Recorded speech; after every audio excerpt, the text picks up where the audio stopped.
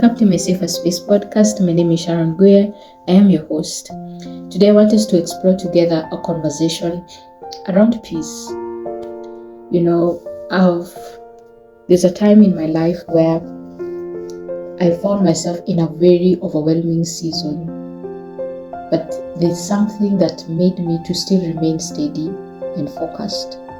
And in as much as I struggled with peace, with worry, with fear, there's something that still held me together, and I didn't lose myself in that overwhelming season.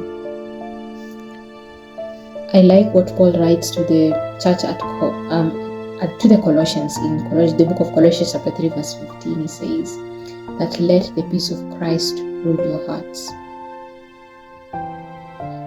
I think this is a directive to constantly choose peace, to be able to direct our mind, our will, and our emotions in order to remain in the right place and be able to enjoy the rest that is in God. Peace can be an operating value of our lives. It is that very core thing that keeps us from living in fear and worry and extreme emotions. And extreme emotions can be called sadness and depression. And peace that especially comes from God can be, I would call it an armor that literally protects us from the enemy.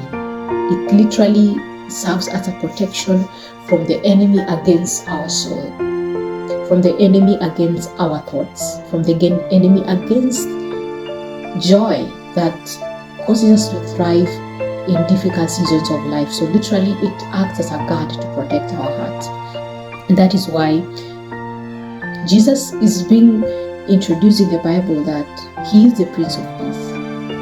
And when Jesus was about to leave his disciples, and he told them that in the world you will have so many tribulations, but be of good cheer, for I have overcome the world. And he said that the peace that I live with you, the world cannot give it.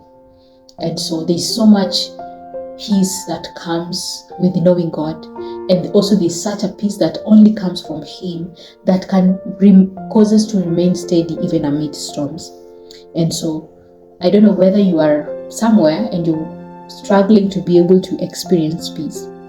I want to introduce you to peace, and he is a person, and that is Jesus. He's the very epitome of peace, and he is peace himself. And so when we learn to be able to hide in him, he gives that to us with so much overflow. Peace is not just being in a place without noise or difficulties or hard feelings or hard emotions, but peace is being able to learn how to realign our thoughts, and especially be able to learn how to lean on the very source of rest, and that is Jesus.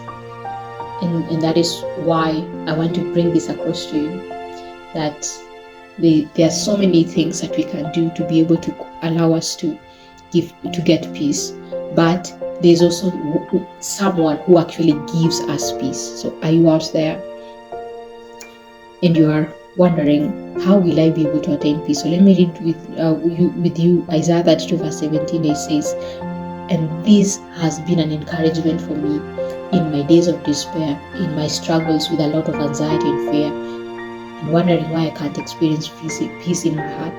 So it says, the fruit of that righteousness will be peace. Its effect will be quietness and confidence forever. So as we pursue righteousness and pursue a perfect relationship with God, it doesn't have to be perfect anyway, but as we intentionally seek to have a relationship with God and pursue righteousness, the gift that comes from God is perfect peace, quietness, and confidence that flows through our hearts and our souls and our minds that the world cannot take away from us. So pray that as you listen to this, it will be a blessing to you. God bless you. Follow me on Facebook. My name, you will find me there, Sharon Safe Space. You can subscribe on my YouTube channel, Sharon Guya. You can still follow me on another Facebook account, Sharon Guya.